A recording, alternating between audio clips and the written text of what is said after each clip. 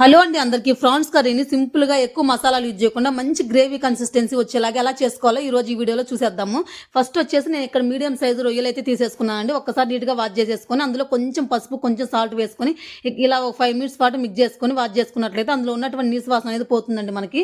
Stove on చేసేసుకొని pan పెట్టేసుకొని కొంచెం ఆయిల్ వేసేసుకొని ఈ రొయ్యలు వేసేసుకొని అందులోనే కొంచెం పసుపు, కొంచెం సాల్ట్ వేసేసుకొని కుక్ చేసుకున్నట్లయితే ఇందులో మనకు వాటర్ అనేది రిలీజ్ అవుతా ఉంటాయండి. ఈ వాటర్ అన్ని డ్రైన్ అవుట్ అయిపోయేంత వరకు మనం కుక్ చేసేసుకొని సెపరేట్ ఒక ప్లేట్‌లో పక్కన పెట్టేసుకోండి. నెక్స్ట్ కర్రీ ప్రిపేర్ చేసుకోవడం కోసం మనం ఇక్కడ ఆనియన్స్ని తీసుకొని ఇట్లా పేస్ట్ లాగైతే ప్రిపేర్ చేసుకొని పక్కన పెట్టేసుకోవాలి.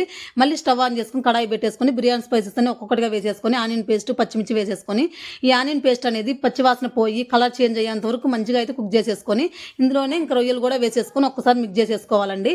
ఇంకా నెక్స్ట్ ఇందులో మళ్ళీ కొంచెం పసుపు అలాగే మన స్పైస్కి తగ్గట్లు కారం వేసేసుకొని ఈ కారము ఈ పసుపు వచ్చేసి ముక్కలు బట్టంతా ఒక 2 మినిట్స్ పాటు కుక్ చేసేసుకొని మన గ్రేవీ కన్సిస్టెన్సీకి తగ్గట్టుగా వాటర్ యాడ్ చేసేసుకొని మూత పెట్టేసుకొని ఇందులో నుంచి మనకు ఆయిల్ సపరేట్ అయ్యేంత వరకు కుక్ చేసేసుకొని ఫైనల్గా ఇందులోనే 1 టేబుల్ స్పూన్ వచ్చేసి ధనియాల పొడి, ఫైనల్గా కొత్తిమీర వేసేసుకొని మనం ఒక 5 మినిట్స్ పాటు కుక్ చేసుకుంటే మనకి ఎంతో టేస్టీగా సింపుల్గా ఉండేటువంటి ప్రాన్స్ కర్రీ అనేది రెడీ అయిపోతుంది. వీడియో నచ్చితే ప్లీజ్ ఒక లైక్ అండ్ సబ్స్క్రైబ్.